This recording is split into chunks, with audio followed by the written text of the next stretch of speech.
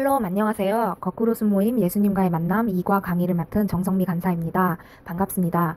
오늘은 예수님을 찾아온 니고데모에 대한 강의입니다. 오늘 순모임의 본문은 요한복음 3장 1절부터 18절까지입니다.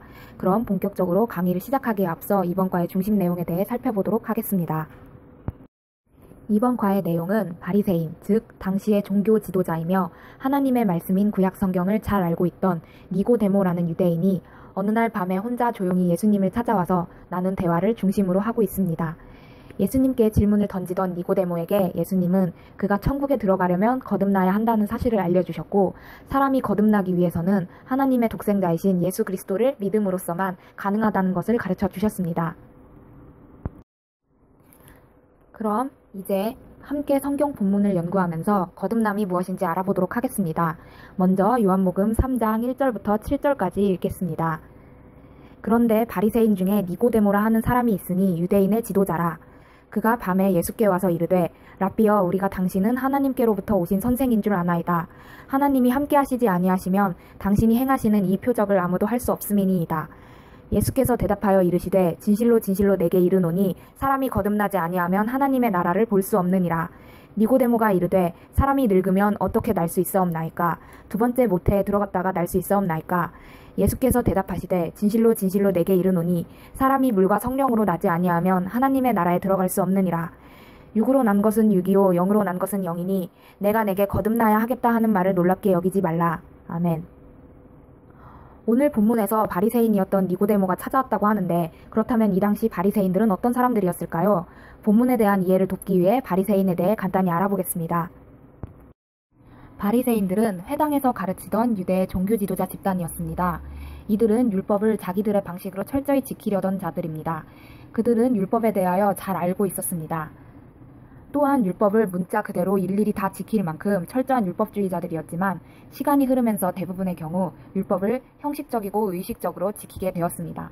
이렇게 율법을 지키는 행위로서 구원을 얻을 수 있다고 여겼습니다. 그래서 율법의 본래 의도와 정신은 무시한 채 겉으로만 경건한 척하는 위선적인 태도를 보였고, 예수님은 그런 바리새인들을 아주 못마땅하게 여기셨습니다. 그들 역시 예수님의 영향력에 위협을 느끼며 호시탐탐 예수님을 죽일 기회를 노리고 있었습니다.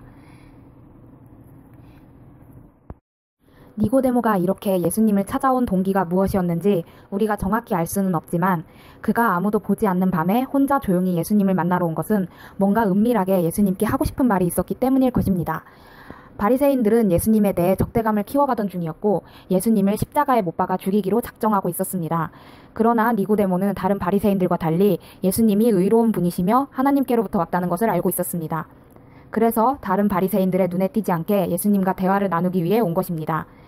예수님께서는 이런 니고데모에게 거듭난다는 것에 대해 말씀하시면서 물과 성령으로 거듭나지 아니하면 하나님의 나라에 들어갈 수 없다고 하셨습니다. 왜 이런 말씀을 하셨을까요? 우리는 구약 성경에서 그 근거를 찾아볼 수 있습니다.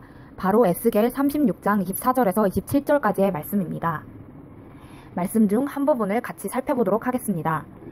맑은 물을 너희에게 뿌려서 너희로 정결하게 하되 곧 너희 모든 더러운 것에서와 모든 우상 숭배에서 너희를 정결하게 할 것이며, 또 새 영을 너희 속에 두고 새 마음을 너희에게 주되 너희 육신에서 굳은 마음을 제거하고 부드러운 마음을 줄 것이며.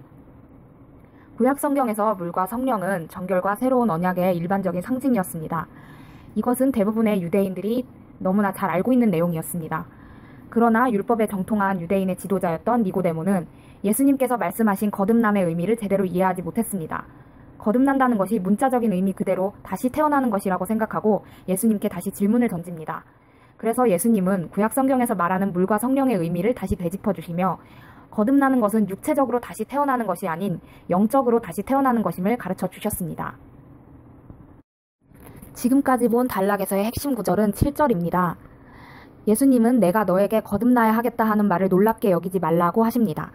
여기서 너라는 뜻의 헬라어는 복수형으로 너희들이라는 뜻으로 쓰였습니다. 바로 우리 모두를 가리키는 것입니다. 율법을 잘 지키는 바리새인이었던 니고데모 같은 사람들이나 혹은 자신들의 선행이나 스스로의 힘으로 천국에 갈 수 있다고 생각하는 사람들을 다 포함하고 있습니다.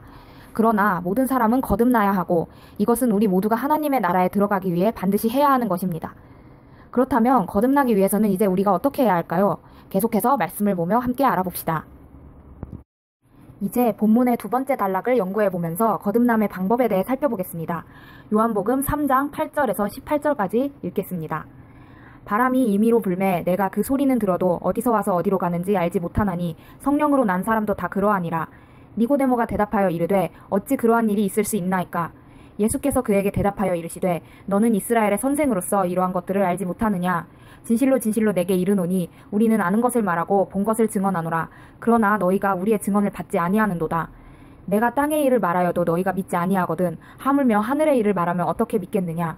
하늘에서 내려온 자 곧 인자 외에는 하늘에 올라간 자가 없느니라. 모세가 광야에서 뱀을 든 것 같이 인자도 들려야 하리니 이는 그를 믿는 자마다 영생을 얻게 하려 하심이니라. 하나님이 세상을 이처럼 사랑하사 독생자를 주셨으니 이는 그를 믿는 자마다 멸망하지 않고 영생을 얻게 하려 하심이라. 하나님이 그 아들을 세상에 보내신 것은 세상을 심판하려 하심이 아니요 그로 말미암아 세상이 구원을 받게 하려 하심이라. 그를 믿는 자는 심판을 받지 아니하는 것이요 믿지 아니하는 자는 하나님의 독생자의 이름을 믿지 아니하므로 벌써 심판을 받은 것이니라. 아멘. 8절에서 예수님은 또 하나의 어려운 비유를 사용하고 계십니다. 성령을 바람에 비유하신 것입니다.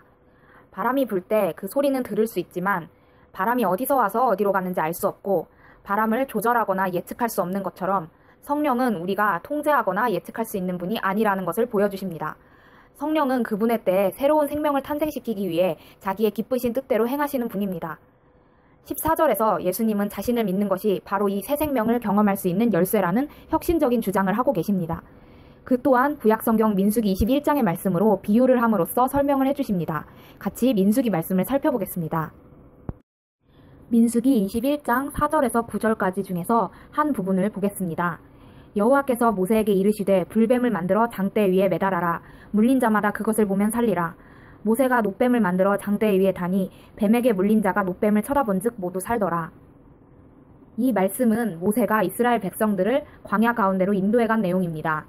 출애굽한 이스라엘 백성들은 물과 식물이 없는 광야 생활에 지쳐 반발했고 불평을 했습니다. 그래서 하나님은 그들 가운데 독사를 보내셨고 그로 인해 많은 이스라엘 백성들이 죽었습니다.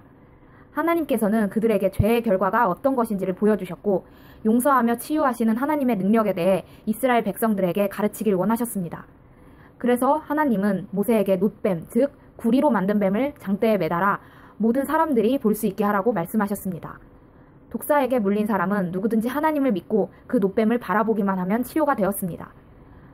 요즘 병원이나 구급차에서도 보면 이렇게 장대에 뱀이 감긴 형상을 사용하는 것을 아마 여러분들도 보셨을 것입니다. 바로 그 이유가 그 형상이 치료를 상징하고 있기 때문입니다. 예수님은 자신이 바로 그 놋뱀과 같다고 말씀하셨습니다. 그 뱀이 장대에 매달린 것처럼 자신이 십자가에 매달리게 된다는 것입니다. 그리고 누구든지 예수님을 믿고 바라보기만 하면 그들은 치료를 받고 영생을 얻게 될 것이라는 사실을 말씀하고 계신 것입니다. 놋뱀의 비유를 드신 후에 예수님께서는 바로 성경에서 우리가 잘 알고 있는 가장 유명한 말씀을 하십니다. 하나님이 세상을 이처럼 사랑하사 독생자를 주셨으니 이는 그를 믿는 자마다 멸망하지 않고 영생을 얻게 하려 하심이라. 요한복음 3장 16절 이 말씀을 통해 복음의 진수를 요약하고 있습니다. 이 짧은 말씀 속에서 우리가 직면하게 될 두 가지 운명인 멸망과 영생에 대한 것과 우리가 멸망하지 않고 영생을 얻기 위해서는 하나님의 아들이신 예수 그리스도를 믿어야 한다는 것을 선포하십니다. 바로 그것이 거듭나는 유일한 방법인 것입니다. 여러분은 지금까지 거듭남에 대하여 배웠습니다. 이제 남은 것은 우리가 어떻게 다른 이들에게 그리스도를 전할 수 있을지, 복음이란 무엇인지 고민해보고 순모임을 통해 오늘 배운 내용을 나누며 다른 사람에게 전할 복음의 메시지를 정리하여 실제적으로 실천하는 것입니다. 오늘의 강의를 이것으로써 마치도록 하겠습니다. 여러분 수고하셨습니다.